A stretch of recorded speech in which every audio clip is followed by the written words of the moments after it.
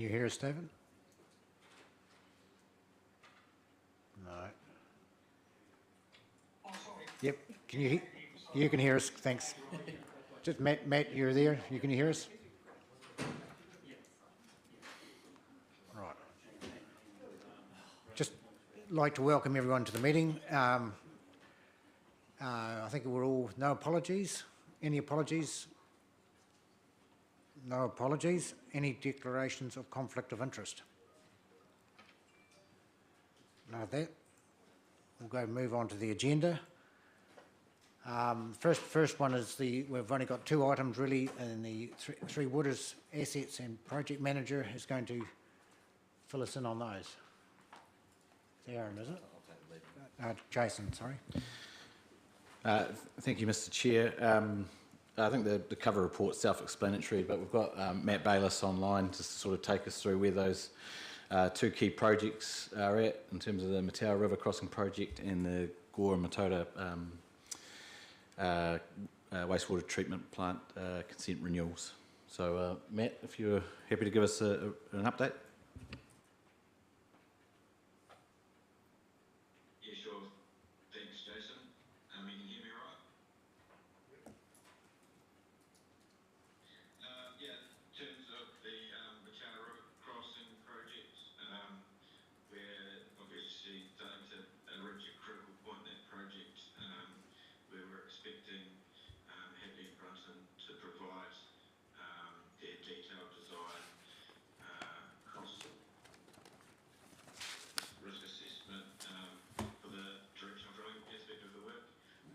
We haven't received that yet, but I understand it's imminent and should be received this week. And we'll obviously be working through that information once it's received and looking to arrange a workshop to talk the councillors through that before then looking for the council to make a decision. I'm happy to take any questions on that project if anyone's got any. Any questions? Ben? You may have just said this and it may have just glitched, but is that intended to be for the December council meeting to get over the line? Yeah, thank you.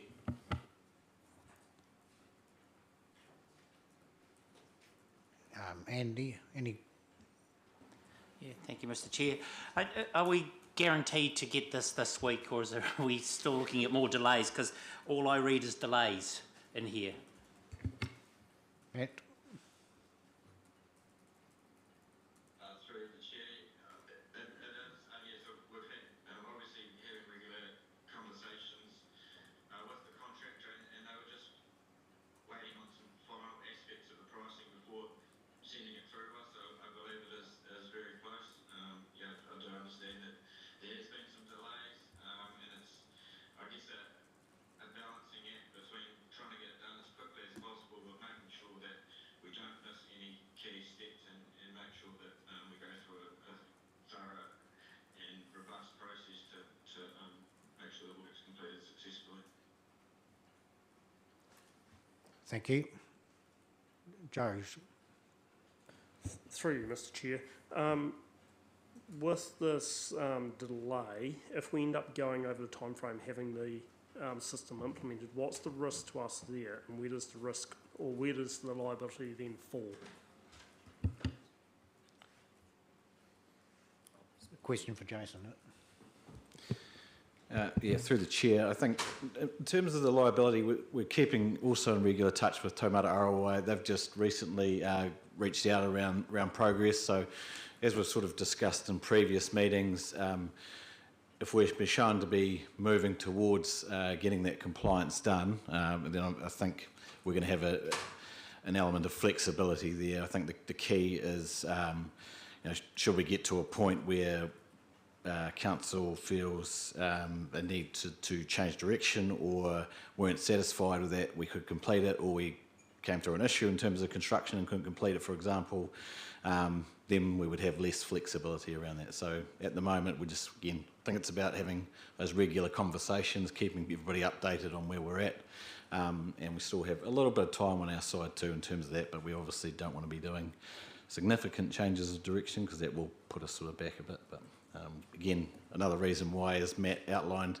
we're trying to make sure we tick as many of the boxes at this stage rather than see delays in terms of having to pause construction or get further information at that time. We really want to sort of do that hard work up front so that we can then come into the new year ready to hit the ground running with construction. Thank you. Councillor Stuart McDonnell. Matt, just a question for you. Is there any sort of indication on how long the directional drilling would take? Through the chair, I mean, the drilling works itself shouldn't take a significant amount of time. Again, the heavy runs will provide a more detailed program when they provide this information that we're waiting on. But I'd suggest that once they get to site, it might be in the vicinity of, say, two to 3 weeks, 3 months, or something like that.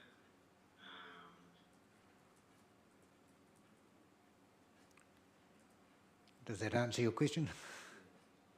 Thank you. David, have you got a question? Yeah, thank you. Through you, Chair. Hi, Matt. Just a couple of questions from me. First one, I think we've maybe spoken about before. I've been really keen to see a really detailed risk register around this. I just would like to understand a bit more around what their methodology is and how they intend to mitigate any risks that they will find as they go through this process. So have you got a copy of that yet, or is that coming as part of what you're expected to get from them imminently? Yeah, we haven't got a copy of that, and that's one of the key documents that they'll be providing this week. Oh, okay, And thank you. we'll obviously be sharing it with you. Yeah. Yeah, great, thank you. And the second part of that is, will they also be nominating key individuals who are going to be site staff? Because we really want to make sure we've got a very experienced person on site at all times. So will we be vetting that?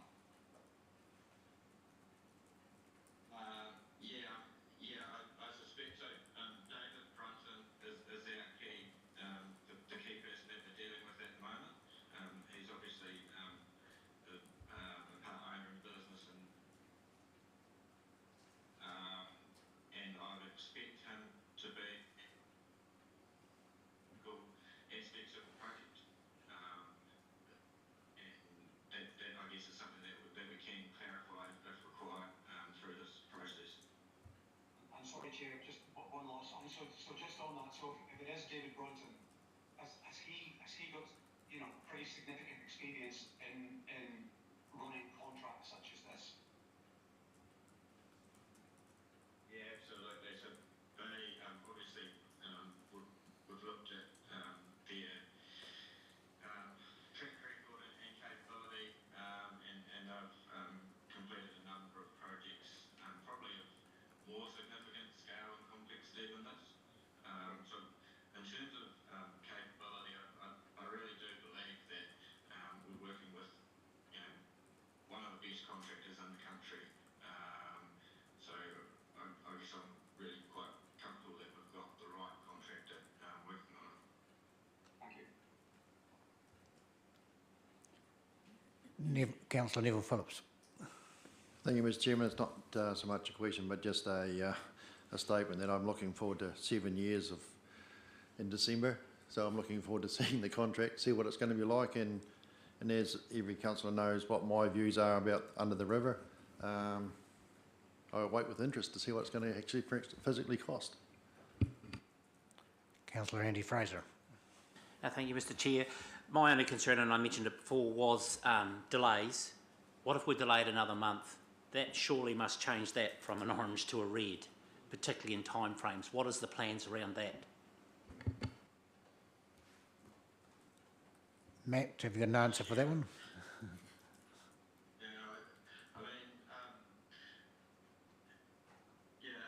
As I mentioned earlier, the time frame is important, but at the same time, I really think that we've got to make sure that we go through the right process and don't rush things.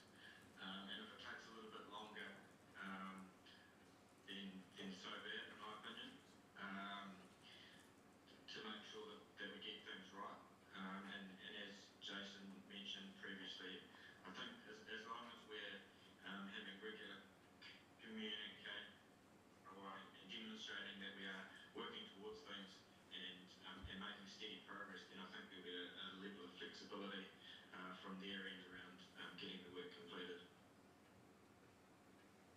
Thank you. Aaron? Thank you, Mr Chair. Just on that time frame, I'm now in regular contact with Te Mata Arawai on this, so they know where we're at each month, so they're quite comfortable at this stage.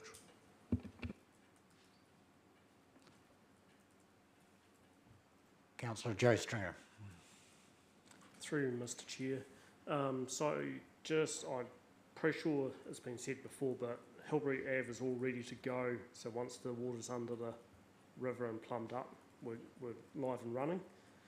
And my other question is around, I know there's talk about putting 4 pipes under. Once they get the first pipe through, is that going to start supplying straight away through some sort of manifold system, or we've got to have all 4 done before we start supplying? Just from my knowledge, we've actually got to get the pipes under the river before we can do the pipeline to the treatment plant. Matt, would you like to comment?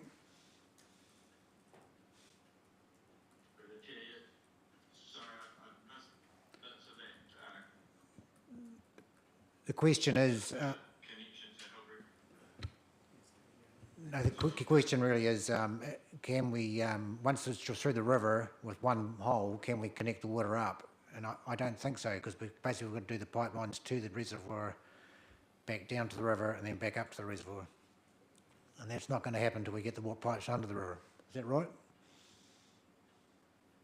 Yeah, that's correct. So once we get the pipes drilled under the river, there'll be a contract to install the pipes between the drilling and the Jacobstown bores and the Eastcourt water treatment plant.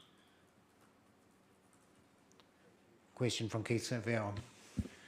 Thank you. I see on page 8 it refers to that if council signs off before Christmas and resource consents are obtained, then work can start in early 2025. I'd like to know what consents are needed and what the expectation is that you can get a consent through Environment Southland in less than 3 months.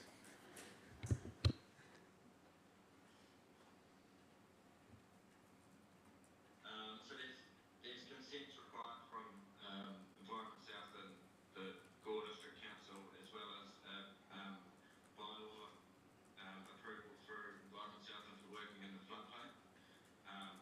We're working with Becca to get those applications ready, so that if we do proceed with it, we can get them submitted as soon as possible, and potentially we can submit them as soon as we have the price and the information from Hadley and Brunton, because we obviously have a bit of an idea as to the feasibility of it.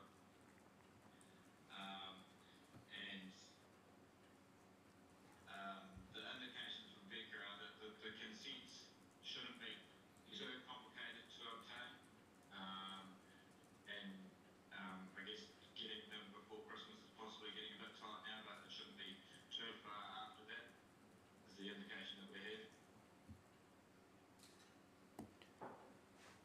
I guess that is part of the risk analysis that David was asking for. Question from Paul. Thank you, through the chair. I'm not feeling very confident, I'm sorry, but there's so many balls in the air, it's hard to know. And thinking of the ratepayers looking at us and what we're doing, I know everybody's trying to do the best they can, but by golly, it's a drawn-out process, and there's no certainty there, and that's what worries me. So I'm just hoping that everything's going to come right and it's going to go the way the process was planned. Jason, just going to comment on that one. Yeah, I think just to maybe provide some clarity around it, it is a bit of a domino type process. So one of the key parts is actually the way it's been structured too, is getting through this first part of the contract, the separable portion 1, and then council having the opportunity to make the decision about going forward. And so it's trying to get everything aligned so that then once we get to that point, you've got all the information you need and the confidence to go, yes, we're committed, fully committed to going this way.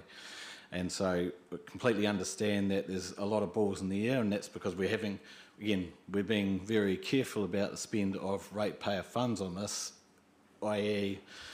not wanting to lodge consents until we really know, not trying to, again, not putting out contracts and tenders for work that may not happen. You know, we want to make sure that we're pretty well all aligned and we've got that sort of direction. So it has been, I guess, can be a little bit uncertain, but we want to make sure that we are fully committed before we throw everything behind this. But once we do get that tick off and everybody is confident, then I feel confident that we're in position to then advance things as quickly as possible and certainly get through this, you know, completed or as along the pathway enough that we're not at any risk with Taumata Arowai and that we're getting our community compliant, safe drinking water as soon as possible. So that's the goal. Councillor a question from Joe Stringer.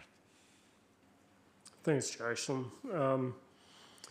Through that, do we have a contingency plan should things not go well and we run out of time or shit hits the fan? Have we got something like a catenary wire that will just string a pipe across or something like that to get it done?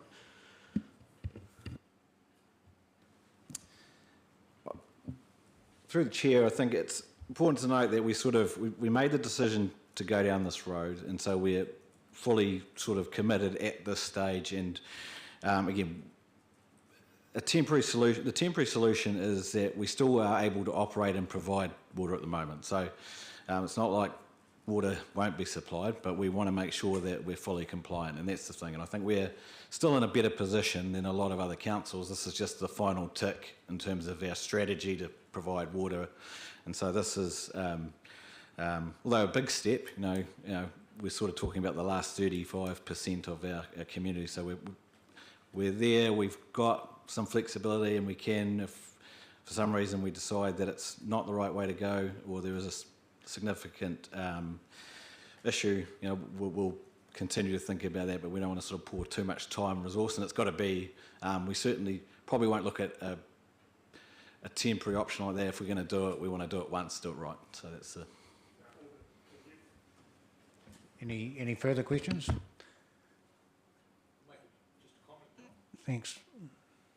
Robert? Just a comment from me. The whole thing of getting the pipes across the river, where we look where we are now, there's been a lot of money spent and not a hell of a lot of progress with different options like the bridge and things like that. So I think my personal opinion is we've made that decision to probably head down this track, and we need to do it the best we can. But looking back doesn't really achieve anything. We're still getting suggestions from the public how we should do this or we should do that, but I believe we're a long way past that point now. Some people were saying to me privately that, oh, well, we should dig a ditch and all these sorts of things, but I do really believe we're past that now. We need to carry on and be as frugal as possible, because there's been a lot of money spent already with nothing physically happening. So I think we should be just moving on down this track that we've pretty much decided, unless something drastically goes wrong. That's just my comment. Thank you. Thank you. Any further questions, or would someone like to put the, do we wait for the second part of this and move? Yeah. We'll wait for the second part first. We'll move them both at the same time. Does Matt want to comment on the consent renewals?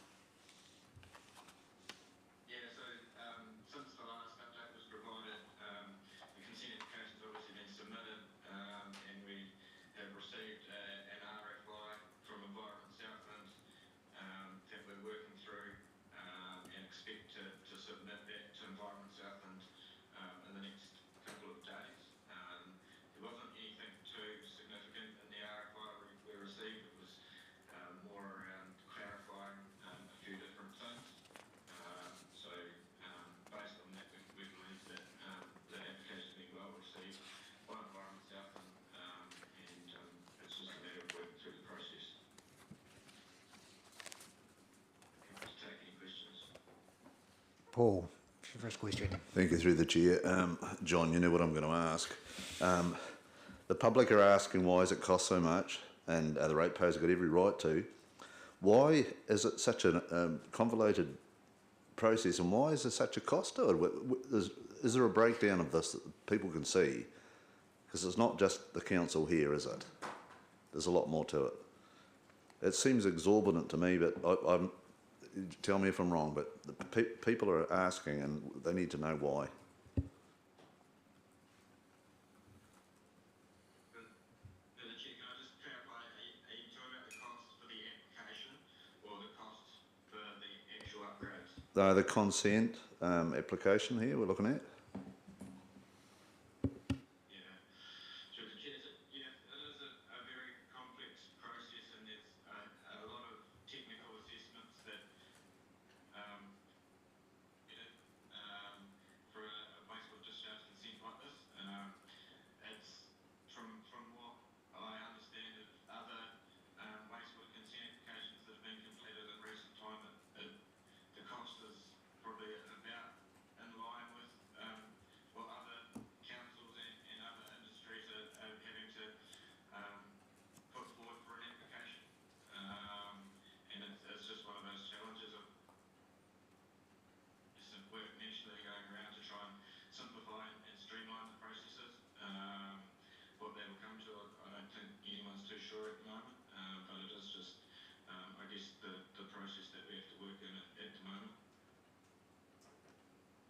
Thank you. With the second part of my question is, if there's any more hold-ups, what's the cost, what's the risk to us as far as cost?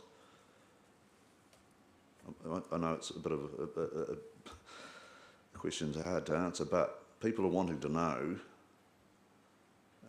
where we're at, basically.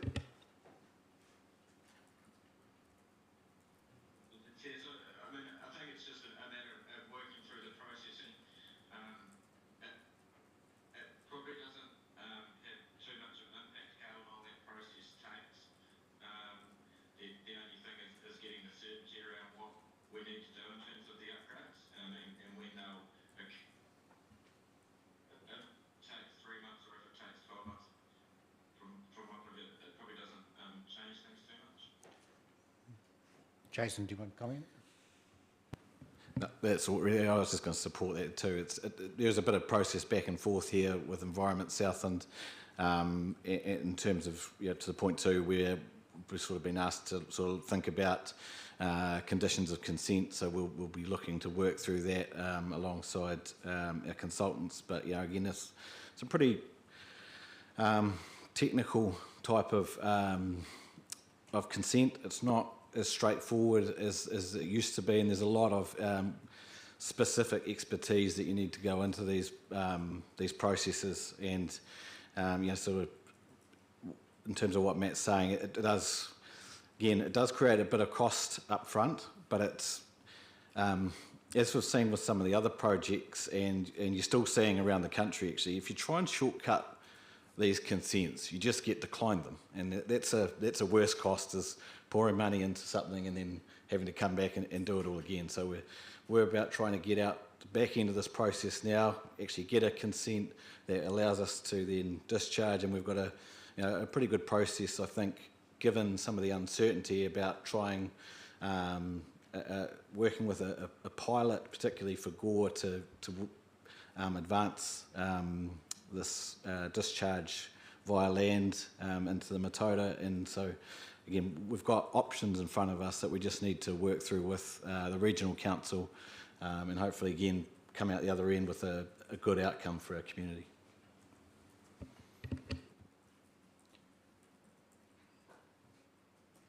I have one question. Is with the meeting on Friday we had with the council-controlled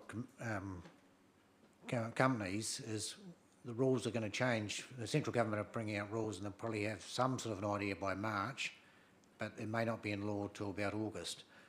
And now that may affect what we need for our consent. What are we doing to mitigate that and going down a path when it may change? I'll talk to that just briefly first. Matt can maybe chime in if he needs to, but again, that's been part of, it's not news to us. We've sort of been understanding for some time now that there's a lot of uncertainty about what that future looks like. The current government is saying a lot, but again, we've got two parts. We've got to operate under the legislation that's in front of us now. So until legislation changes, so we're doing that. But we've got a process and a discharge or treatment train that allows us to have a little bit of flexibility there, and I think that's what we've tried to build into this process, and hopefully that is going to allow us the opportunity, should regulation change, that we can take advantage of that if it minimises cost or provides a better environmental outcome. So those are the sort of the two key drivers. Probably the second question I had was the affordability to the community. It was quite highlighted on Friday that the affordability in all districts is going to be way over the top, and I think you'll get a lot of kickback from the public. And what can we do? Can we afford a $60 million project in 15 years? I think that's more the issue than anything for the general public out there. I think probably on there, I'm not going to be able to answer that question. I think we're in a time of change around this. It's very fluid. We've got a local water done well process that is making this more complicated. It's a complicated process regardless. Now we're talking about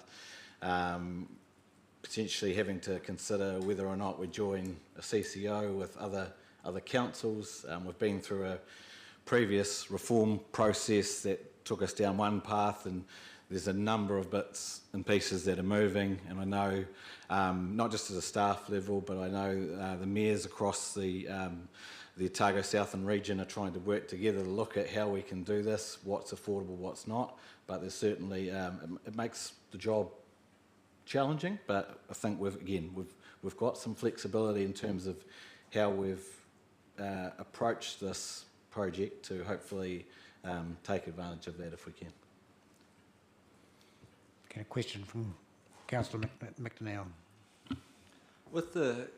We've got an application in with Environment South. Is there a timeline on doing things? Because we're waiting for March for the government to make some sort of announcement on some changes. Can we just sort of slow our processes down and try and come into line with them? Because we're talking of not having this completed for 10 to 15 years. So if we just slow down our stuff a bit with them, we may save money by not doing a lot of work with consultants in the meantime.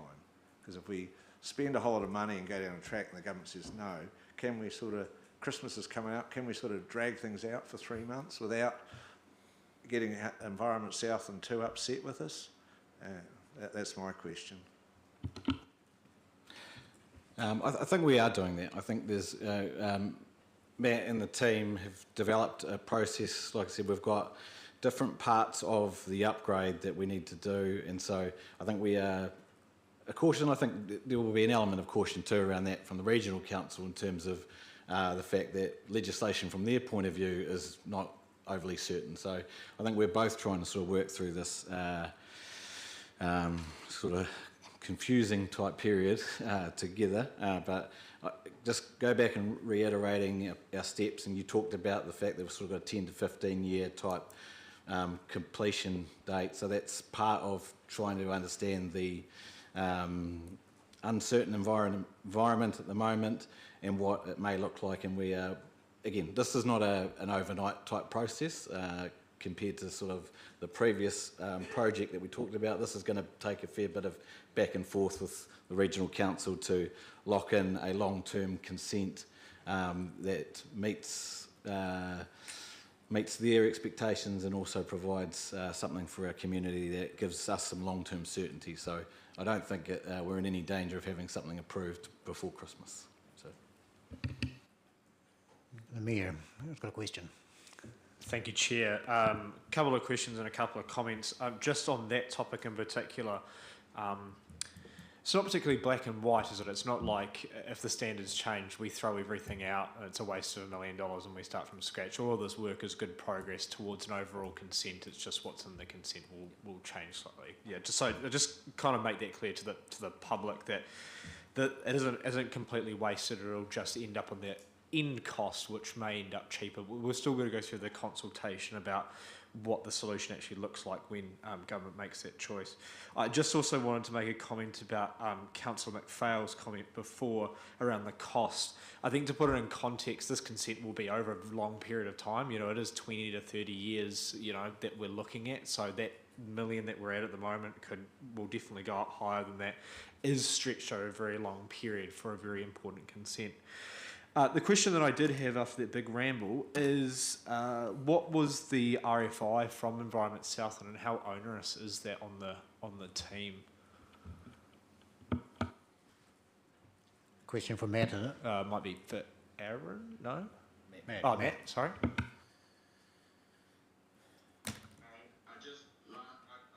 pretty much everything you said apart from my last sentence. Could you just The question, Matt, is the RFI we have on the table at the moment going to be onerous or costly?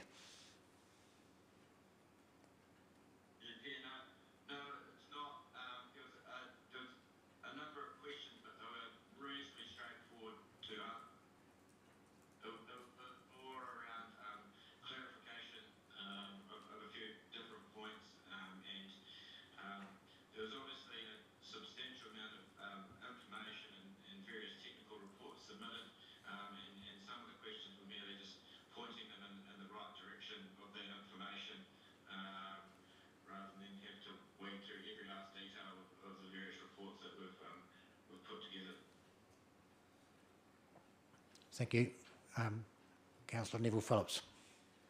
Thank you, Mr. Chairman. Look, I've got significant respect for that. The staff are doing all they can to ensure that the possible cost, kept to a minimum, and and to keep our performance levels up to scratch as the consents are already in process, and that the changes to come are met, and that they're going to be at the best interest of all of us. And they're here working hard for all the ratepayers, including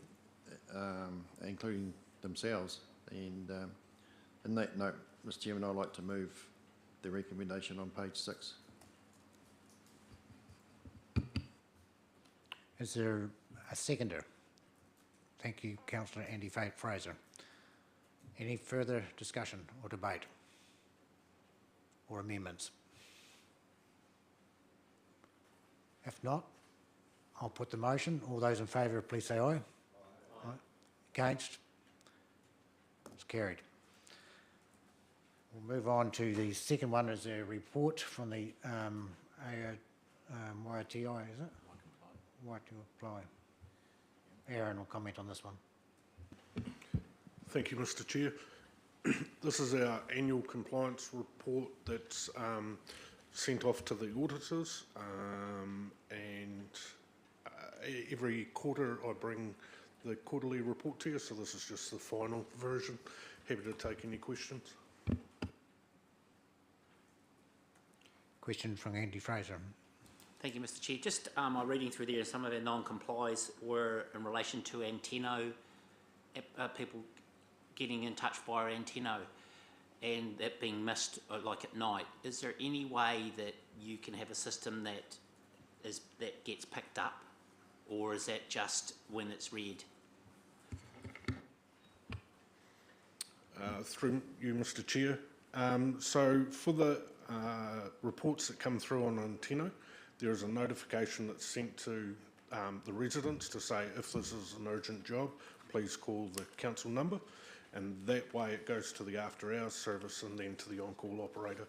If it's not urgent, then we can change the time of receive to the Monday at 8 o'clock when the office is open, but we haven't been doing that. Jason. Just add from a leadership team point of view, that's something we're reviewing now as we're coming into obviously our LTP. We'll just look at the service agreement we've got with PNCC, and that could be an opportunity for that. But again, with that comes generally a little bit of extra cost because they've got to do something else as well. So just we will certainly look at if there's an opportunity to tie that up as well.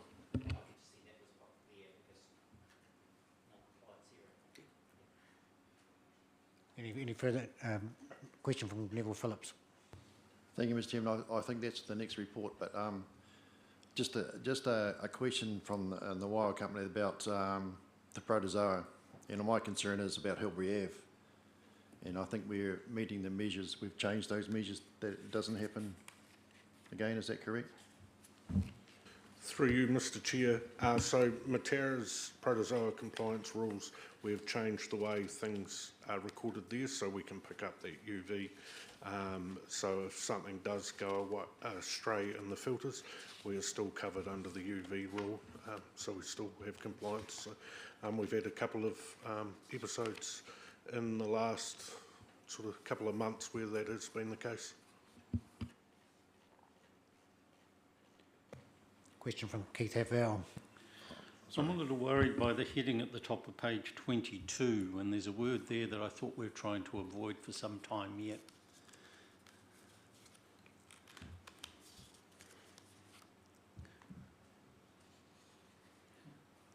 Is it a misprint or what?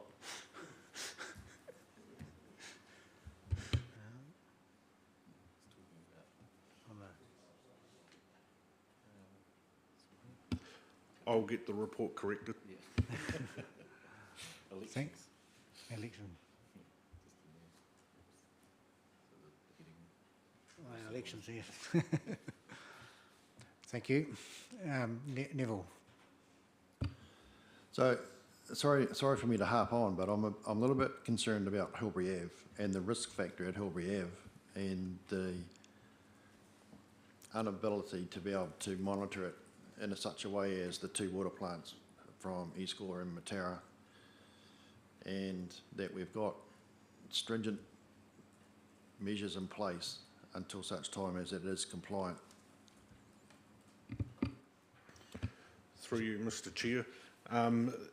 As part of the pump relocation project, the new shed was built and the new telemetry system has been installed there. That will be part of the upgrade when the pipelines are put in. So that's been put in early so that we record our compliance as much as we possibly can with the rules that we can. Yeah, that's fine, thank you. Yep. Does that cover it, Neville? Well, it's best of the ability of Hilbury Ave at the moment, yes it does. But Yeah, we are all it's waiting. still a huge risk as far as I'm concerned at the moment. Yeah, that's why we are working towards getting rid of that risk, but it's going to take time, and it's looking like it's taking longer than we thought. Yeah. Any further questions? Would someone like to move the recommendation? Councillor Stuart McDonnell, a seconder. Councillor Paul McPhail. All those in favour? Any debate? No. All those in favour, please say aye. Against? It's carried. Move on to the Three Waters level of service. Thank you, Mr. Chair. I'll take the report as read and happy to answer any questions.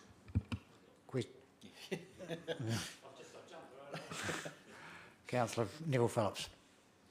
Thank you, Mr. Chair. Sorry, I've got my back to you, but I just, the response for flooding events, you know, I see that in 88 minutes there's 12 and 95 minutes there's 2. Is there concurrent people that are that we're missing each time on these events? Are they the same kind of people? Is it the same place? And if so, you know, look at us as councillors, how can we help in reducing, for you to reduce the time and make our client, our ratepayer, more satisfied with your responses? Who's going to answer that one? Jason's turn. I'm just going to make sure that I'm interpreting this right. But on the left-hand column, we've got quarter from the previous year. And so we're actually sort of showing that there has been improvement, but again, I would put that down to the scale of events. So in 2023, September, we had a significant flooding event, which again is just the number of calls. So we're not always going to be able to respond and tick those off to the level that will meet the standard. Again, we're constantly reviewing how we do things so that we can show improvement in there. And then if you look at the second column, we've got only 2 that are in that, although slightly longer, having 12 to 2's thing. And we've still had a couple of reasonable events. We've had a pretty wet winter. We've had some heavy-ish downpours, possibly not as much as in 2023. But again, that's how we manage, and I think Aaron and the team have done a pretty good job in terms of operationally in our stormwater network, trying to get every ounce out of it we can.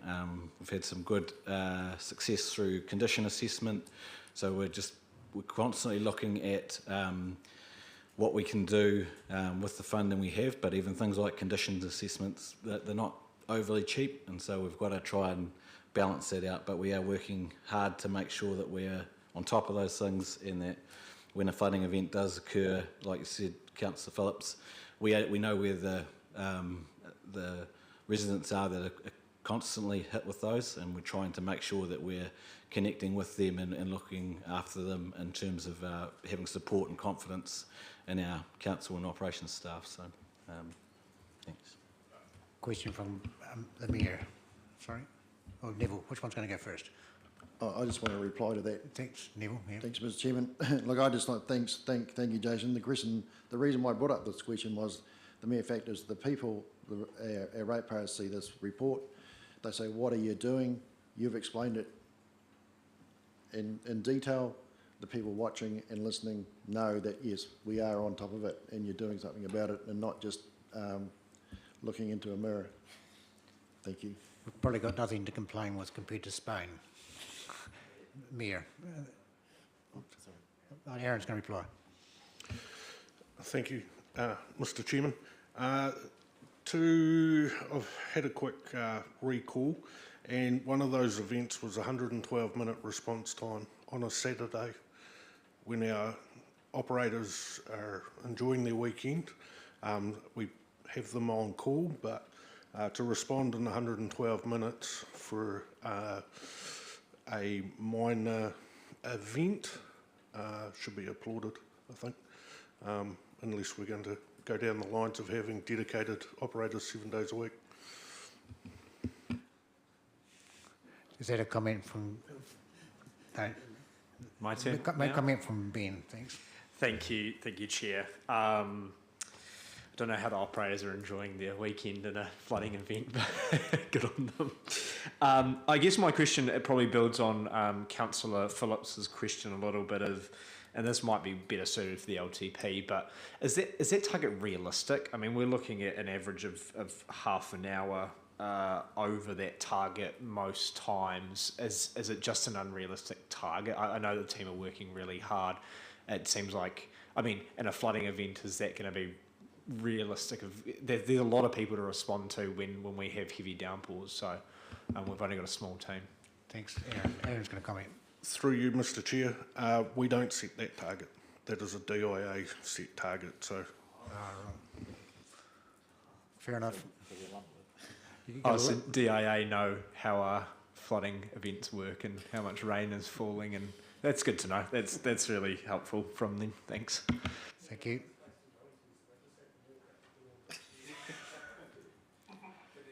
No further questions for the staff. If there isn't, would someone like to move the recommendation? Thanks, Councillor Andy Fraser, as seconder. Joe Stringer. Any debate? No debate. Would someone? Well, I'll put the motion. All those in favour, please say aye. Against? It's carried. That brings us to pretty much to the end of things.